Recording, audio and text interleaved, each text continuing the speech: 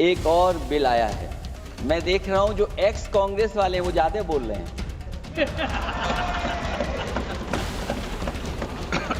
Unified वक्फ, मैं समझ सकता हूं कि मैं वो बात छेड़ना नहीं चाहता था, लेकिन क्या करूं, मजबूरी है। भारतीय जनता पार्टी के अंदर मुकाबला चल रहा है कि खराब हिंदू कौन बड़ा है। जो पार्टी ये कहती हो कि दुनिया की सबसे बड़ी पार्टी है, अध्यक्ष महोदय वो अपना राष्ट्रीय अध्यक्ष नहीं चुन पाए अभी तक।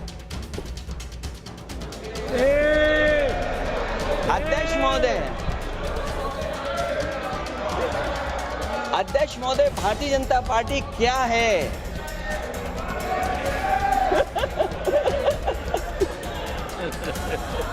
जी, मैं अखिलेश जी ने बहुत हंसते हंसते कहा है, इसको हंसते हंसते जवाब देना।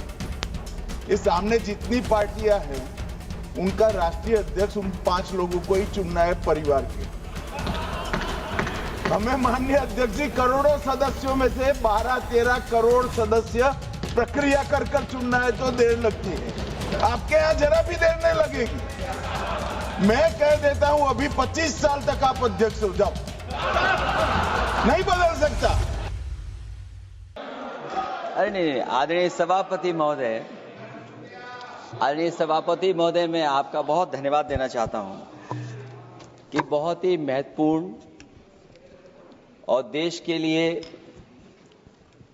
और बड़ी आबादी के लिए भारतीय जनता पार्टी की सरकार में एक और बिल आया है।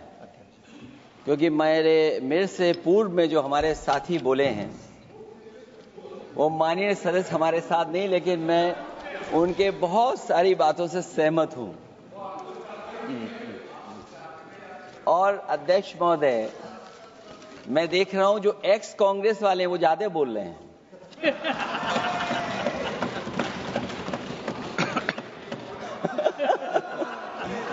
आदरणीय अध्यक्ष महोदय,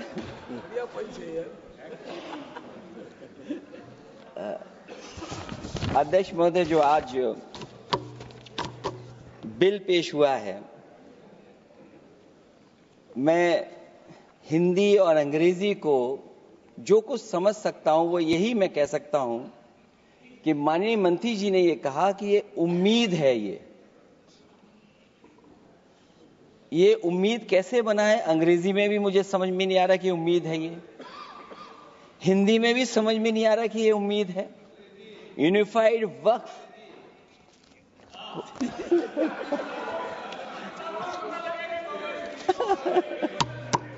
अध्यक्ष महोदय, यूनिफाइड वक्फ मैनेजमेंट,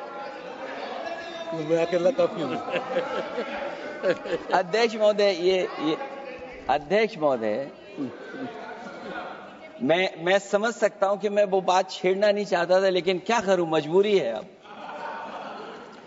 अध्यक्ष महोदय, अभी माननीय सदस्य लोग ये कह रहे हैं कि हमारे सदस्य नहीं है यहां पर जो हमारे साथी हैं, लेकिन अध्यक्ष महोदय मैं ये कहना चाहता हूं, ये जो बिल लाया जा रहा है, भारतीय जनता पार्टी में एक मुकाबला चल रहा है। भारतीय जनता पार्टी के अंदर मुकाबला चल रहा है कि खराब हिंदू कौन बड़ा है।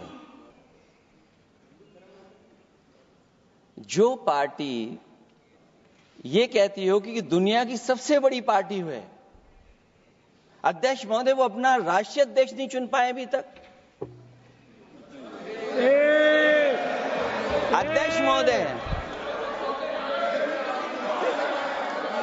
महोदय भारतीय जनता पार्टी क्या है?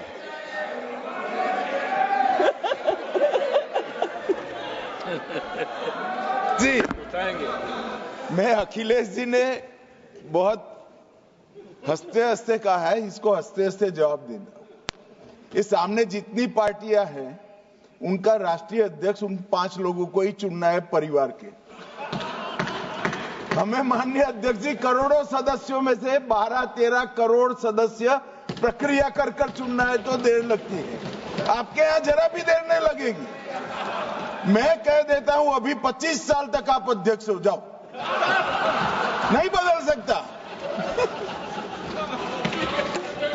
अध्यक्ष महोदय, क्योंकि जो बात निकल के आई है वो मैं फिर आगे बढ़ा दूं। अध्यक्ष महोदय, जो बात सोशल मीडिया या और जगह गुपचुप हो रही है, कहीं ऐसा तो नहीं था कि अभी कुछ दिन पहले यात्रा जो हुई है वो कहीं 75 वर्ष की एक्सटेंशन वाली यात्रा तो नहीं थी? अध्यक्ष महोदय, ये जो इस बार जो वक्फ बिल आया है, नाकामी का पर्दा इस बार है वक्फ बिल। और नाकामी कोई एकाध नहीं है, मैं कई नाकामियां बता सकता हूं। अभी मैं माननीय सदस्यों को सुन रहा था, वो पुराने कई बिल उनके बारे में चर्चा कर रहे थे कि कितने प्रोग्रेसिव बिल लेकर के आए हैं। अध्यक्ष महोदय, नाकामी केवल यहां तक नहीं है। और भारतीय जनता पार्टी क्या है, मैं केवल एक पुरानी घटना याद करता हूं। एक बार फैजाबाद अयोध्या में एक कार्यक्रम था, उसमें बड़ी तैयारी की गई थी और तैयारी के साथ कलाकार मुंबई से बुलाए गए थे। हो सकता है वो सहमति दिल्ली से ना रही हो, केवल लखनऊ की सहमति से हो रहा हो कार्यक्रम। और जब कार्यक्रम की पूरी तैयारी हो गई, भगवान श्री राम बनकर के कोई आ गया, लक्ष्मण बनकर के कोई आ गया, मां सीता भी बनकर के कोई आ गया, हनुमान जी, और भगवान हनुमान भी बनकर के कोई आ गया। लेकिन जब लखनऊ से वो हेलीकॉप्टर उड़ा और अयोध्या पहुंचा तो सब लोग थे, लेकिन उसमें हनुमान नहीं थे। अध्यक्ष महोदय, मैं भारतीय जनता पार्टी के लोगों से कहूंगा कि जानकारी करिए कि आखिरकार भगवान श्री राम थे, लक्ष्मण थे, सीता थी, लेकिन हनुमान क्यों नहीं थे? हनुमान इसलिए नहीं थे, शायद उनकी जात या धर्म कुछ और था। अध्यक्ष महोदय, भाजपा वाले मुसलमान भाइयों की वक्फ की जमीन चिन्हित करने की बात कर रहे हैं, जिससे महाकुंभ में जो हिंदू मारे गए हैं या खो गए हैं उनको चिन्हित करने की बात पर पर्दा पड़ जाए। अध्यक्ष महोदय, मुझे खुशी है इस बात की कि हमारा धर्म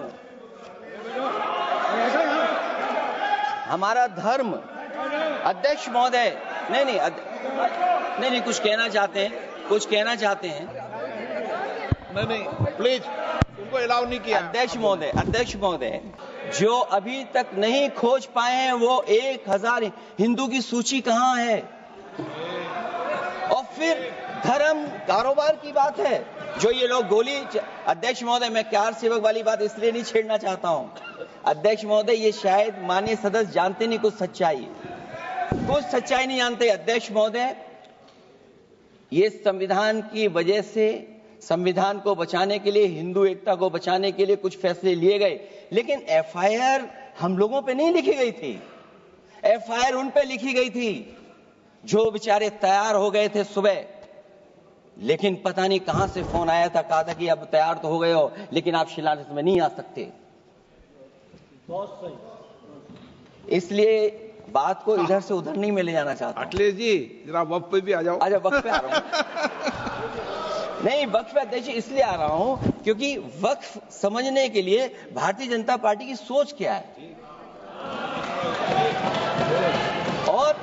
और ये अध्यक्ष महोदय जब ये कह रहे हैं कि इससे कारोबार होगा, अध्यक्ष महोदय, धर्म की चीजों से कारोबार नहीं हो सकता। हमारे उत्तर प्रदेश के मुख्यमंत्री जी ने भी कहा कि कारोबार होगा। वो 30 की गिनती में उलझे हुए हैं, जैसे 30 मार खाए वो। उनसे पूछा कि जान कितनी गई, वो 30। उनसे पूछा कि कारोबार कितने का होगा, 30 गुणा 10,000 करोड़। सोचिए, कुंभ हमारा क्या कारोबार की जगह है? और फिर उसका कौन नापेगा, कैसे नालाएगा? और फिर हमारे माननीय मंत्री जी कह रहे हैं कि जमीन, चाहे वो रेलवे की हो, चाहे वो डिफेंस की हो, वो भारत की जमीन है। मैं भी स्वीकार करता हूं कि रेलवे की जमीन भी भारत की है, डिफेंस की भी जमीन भारत की है। क्या डिफेंस की जमीन नहीं बेची जा रही मंत्री जी? अध्यक्ष महोदय, क्या रेलवे की जमीनें नहीं बेची जा रही हैं? अध्यक्ष महोदय, केवल यहां तक नहीं, कितना हस्तक्षेप होता है। वक्फ भी भारत के, इसीलिए तो कहीं ना कहीं वक्फ की जमीन से, अध्यक्ष महोदय, माननीय मंत्री जी बताएं, और मुझे उम्मीद है कि जब जवाब देंगे तो बताएंगे कि वक्फ की जमीन से बड़ा मुद्दा वो जमीन है जिस पर चीन ने अपने गांव बसा लिए हैं, लेकिन कोई बाहरी खतरे पर सवाल बवाल न करे, इसलिए ये बिल लाया जा रहा है। और माननीय मंत्री जहां से आते हैं, जिस प्रदेश से आते हैं, कम से कम ये तो बताएंगे कि वहां कितने चीन ने गांव बसा लिए, घर बन गए हैं। अध्यक्ष महोदय, आपके माध्यम से सरकार गारंटी दे कि वक्फ की जमीन कभी भी किसी भी पैतरेबाजी से किसी और मकसद के लिए किसी और को नहीं दी जाएगी। वक्फ की वर्तमान व्यवस्था में चाहे 5 साल के धर्म पालन की पाबंदी की बात हो, या कलेक्टर से सर्वेक्षण के हस्तक्षेप की बात हो, या वक्फ परिषद या बोर्ड में बाहरियों को शामिल करने की बात हो, इन सब का उद्देश्य मुस्लिम भाइयों के सार्वजनिक अधिकार को छीनकर उनके महत्व और नियंत्रण को कम करना है। ट्रिब्यूनल के निर्णय को अंतिम न मानकर उच्च न्यायालय में लेकर जाने की अनुमति देना दरअसल जमीनी विवाद को लंबी न्यायिक प्रक्रिया में फंसाकर वक्फ भूमि पर कब्जों को बनाए रखने का रास्ता खोलेगा। सबसे बड़ी बात यह कि वक्फ बिल के पीछे की न तो नीति सही है, न नियत। ये देश के करोड़ों लोगों से उनके घर दुकान छीनने की भी साजिश है। भाजपा एक अलोकतांत्रिक पार्टी है, वो असहमति को अपनी शक्ति मानती है। जब देश के अधिकांश राजनीतिक दल वक्फ बिल के खिलाफ हैं, तो उसे लाने की जरूरत क्या है, जो जिद क्यों कर रहे हैं सरकार। वक्फ बिल का लाना भाजपा की सियासी हट है। वक्फ बिल भाजपा की सांप्रदायिक राजनीति का नया रूप है। वो तो आपको काटेगा, और इसलिए काटेगा कि अध्यक्ष महोदय बाहर ये लिखते हैं सत्यमेव जयते, बाहर है लिखते सत्यमेव जयते, भाजपाई अंदर असत्य बात कहते। भाजपा वक्फ बिल लाकर अपने उन समर्थकों का तुष्टीकरण करना चाहती है जो भाजपा की आर्थिक नीति, महंगाई, बेरोजगारी, बेकारी और चौपट अर्थव्यवस्था से उसे छटक गए हैं। क्योंकि अध्यक्ष महोदय, जब से वोट में गिरावट आई है, और खासकर उत्तर प्रदेश में भी, तब से भारतीय जनता पार्टी की कोशिश है कि अपना वोट कैसे संभाला जाए। ये वोट को संभालने के लिए बिल लाया गया है। भाजपा का लक्ष्य वक्फ की जमीनों पर है। इन जमीनों का नियंत्रण अपने हाथ में लेकर इन जमीनों को पिछले दरवाजे से अपने लोगों के हाथों में दे देना चाहती है।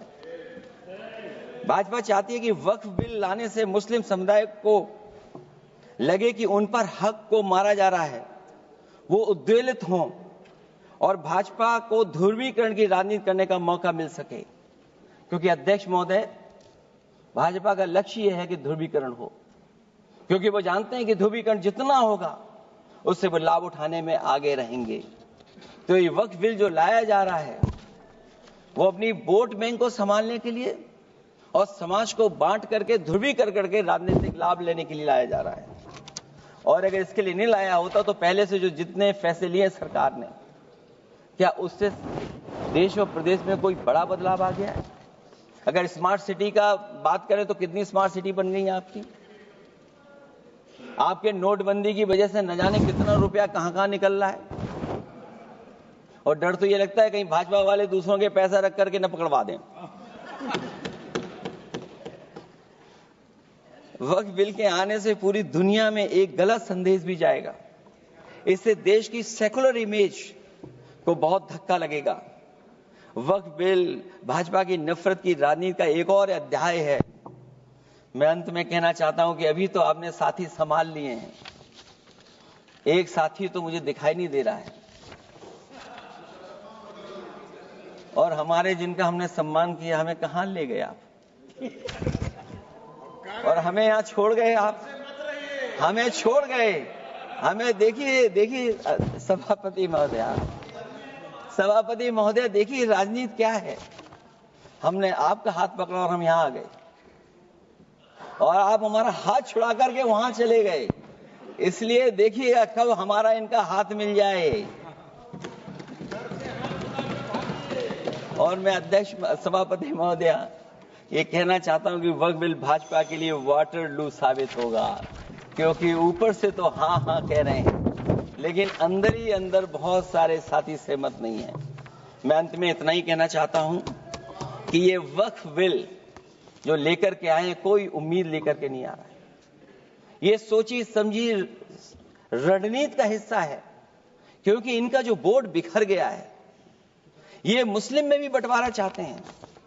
मुस्लिम इस्लाम धर्म में कहीं बंटवारा नजर नहीं आता है, लेकिन इनकी कोशिश है कि इस बिल के माध्यम से हम मुस्लिम भाईचारा में भी बंटवारा करते हैं। बंटवारा तो पीडीए करेगा। अभी देखिएगा सभापति महोदया, हमारे एक सदस्य कह रहे थे कि चुनाव बहुत अच्छा होता है। इनसे बेहतर किसने चुनाव देखा होगा।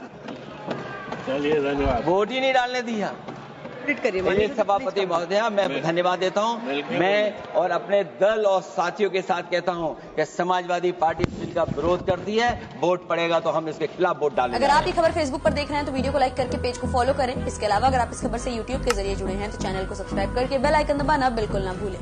नमस्कार।